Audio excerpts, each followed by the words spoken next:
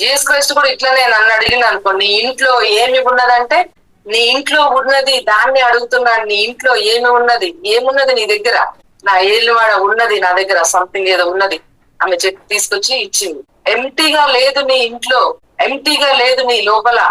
నీకు ఉన్నదన్న సంగతి నువ్వు రికగ్నైజ్ చేసి నువ్వు దాన్ని స్వీకరిస్తే, ఇన్పుట్ అంతా కరెక్ట్ గా సెట్ చేస్తే అవుట్పుట్ గురించి నువ్వు భయపడవు. లోపల పెట్టుకున్నదే బయటకు వస్తుంది. కాబట్టి దేవుడి నిన్ను అంత స్పెషల్ గా, అంత యూనిక్ గా తన ఆత్మతోటి దేవుడు నిన్ను ఆవరించబోతున్నాడు. అంత ఇంపాసిబుల్ లో గట్టిగా షౌట్ చేసింది.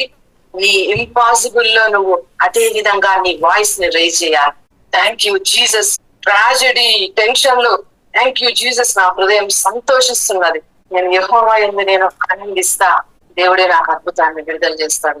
అదే ఏంజెల్ మేరీ కమ్ముకున్నది, అన్నాను కూడా కమ్ముకున్నది. మేరీని విజిట్ చేశాడు, అన్నాను కూడా విజిట్ చేశాడు. మేరీకి ఎట్లాంటి బ్లెస్సింగ్ రిలీజ్ అయిందో అన్నాకు కూడా అదే బ్లెస్సింగ్ రిలీజ్ అయింది. కాకపోతే ఆమె మ్యారేజ్ అవ్వలేదు. ఆమెకు మ్యారేజ్ అయ్యి ఇంపాసిబుల్ స్టేటస్ లోనికి వచ్చింది. దేవుడు అందుకే విజిట్ చేసి లోపల కన్ఫర్మ్ చేసి ఆమె టీయర్స్ ని అక్కడితో ఫుల్ స్టాప్ పెట్టి, ఇక ఆమె డేస్ అన్ని కూడా అద్భుతం కోసమే ఆమె లైఫ్ టైం అంతా ఆమె ఎంజాయ్ చేసేటట్లు దేవుడు ఒక్క సెకండ్ లో చేశారు.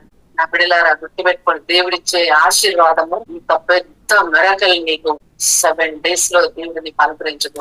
నువ్వు దేని మీద పెట్టినా నువ్వు విశ్వసించిన ప్రకారం నీకు జరుగును గాక.